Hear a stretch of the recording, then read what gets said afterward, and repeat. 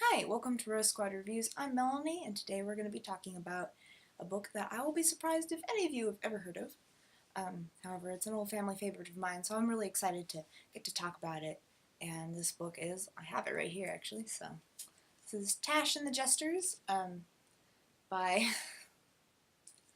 I'm sorry, I don't have everything memorized, guys, Ellen Kent McKenzie. And it was originally published in 1968, so that's kind of been a while, 50 years or so.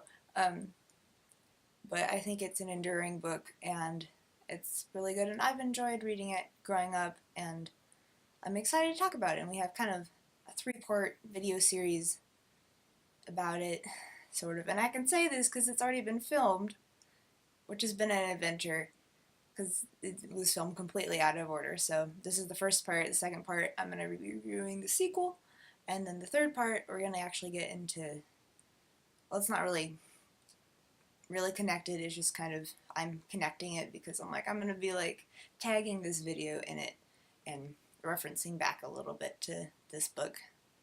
Um, so I'll talk about that later in the review. So for now, it'll be a little bit of a surprise. But yeah, this is Taash and the Jesters. It's about just under 300 pages, 245 if you want to be technical. So it's, you know, not terribly long, really.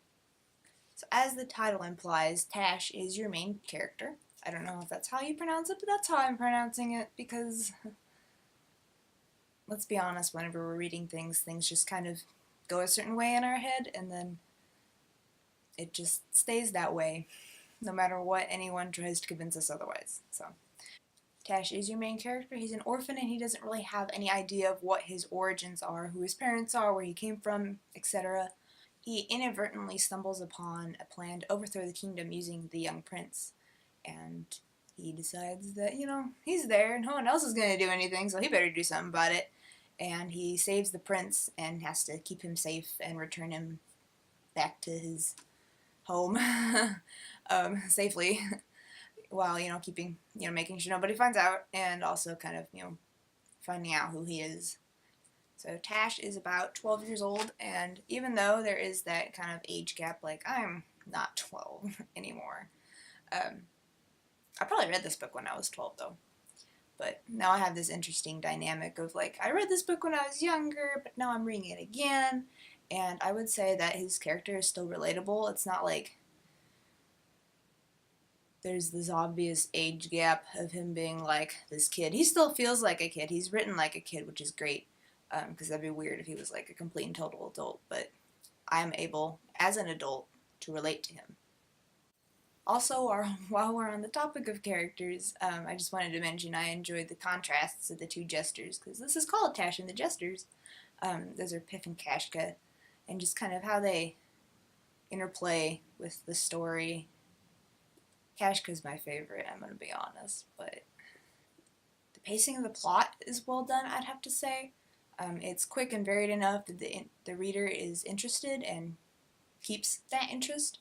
The only thing I'd like to mention would be sometimes the author kind of requires the reader to be able to infer certain pieces of information to kind of understand fully what's going on. And I think in some ways this is nice because it's not, feeding you everything spoon fed. You kind of have to like pay attention a little bit and kind of be like, oh, I see what you did there. Um,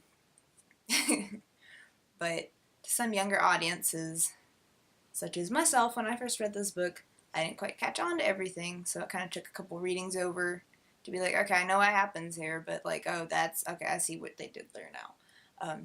Part of that might have been just the inferences needed are a little bit vague, and they're not quite as like strongly involved in the story. Most of them aren't like needed to like figure out what in the world is going on in the book. They're mostly like little minor things, but I also might have been not quite as good at picking up plot references when I was younger.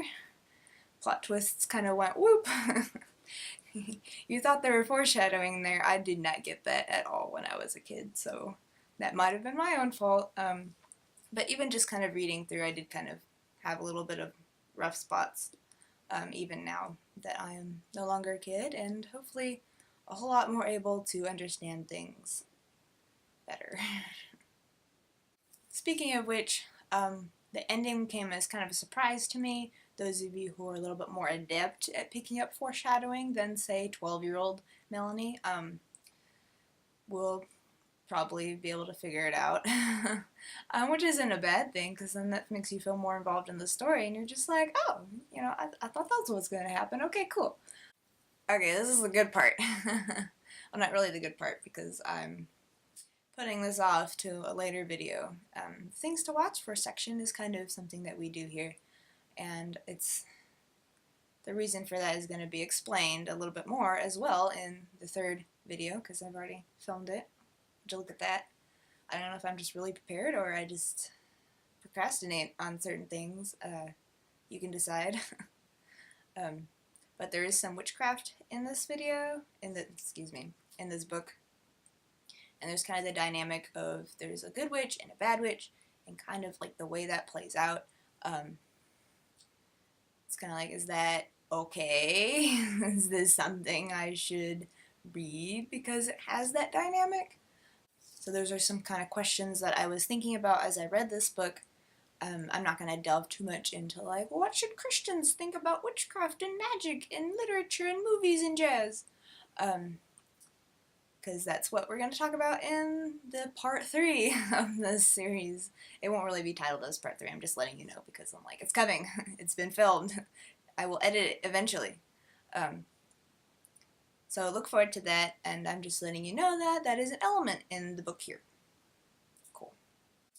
Hi guys, this is future Melanie here. While I was editing some videos, I realized that past Melanie didn't do quite as good of a job of just kind of conveying some information, and I also did a little bit more research, so I wanted to give you a better portion of this video.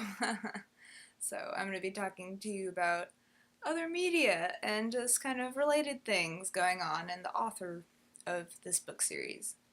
So Taash and the Jesters is the first book that Ellen